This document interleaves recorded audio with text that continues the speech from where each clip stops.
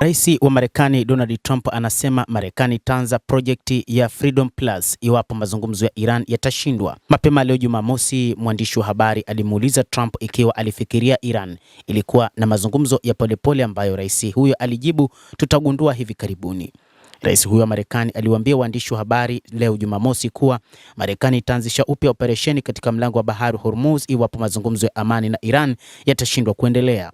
Tutaweza kurudi kwenye Project Freedom ikiwa mapambano hayatafikiwa, Trump alisema, lakini itakuwa ni Project Freedom Plus, akimaanisha uhuru wa mradi pamoja na mambo mengine. Trump hakufafanua ni vipengele vipi vinaweza kuongezwa kwenye Project Freedom. Trump aliongeza kuwa Pakistan iliomba Marekani kutofanya Project Freedom.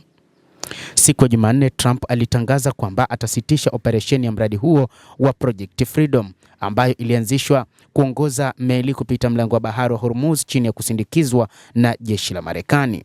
Kulingana na ripoti ya NBC News siku ya Alhamisi, shinikizo kutoka Saudi Arabia pia lilichangia uamuzi wa Trump kusitisha operesheni hiyo. Marekani ilishambulia meli za mafuta za Iran, vituo vya kijeshi mnamo siku ya jana Ijumaa.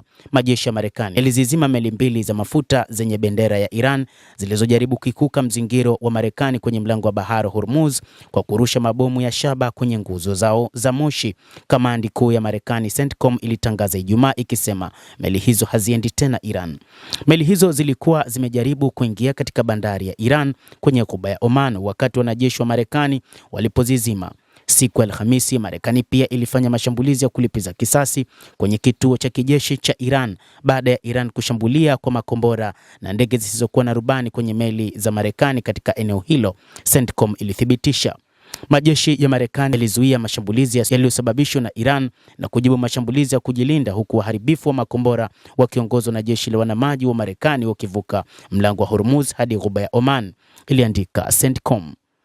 Hata hivyo, wakati huu Iran imesema inaendelea kujadili hoja za Marekani katika kusitisha mapigano, lakini pia inaendelea kuhakikisha kwamba wakati huu haishinikizwi na lolote kutoka Marekani, na kwamba imesema lazima wapate muda wa kuweza kujadili hoja zao kisha waweze kutoa majibu sahihi.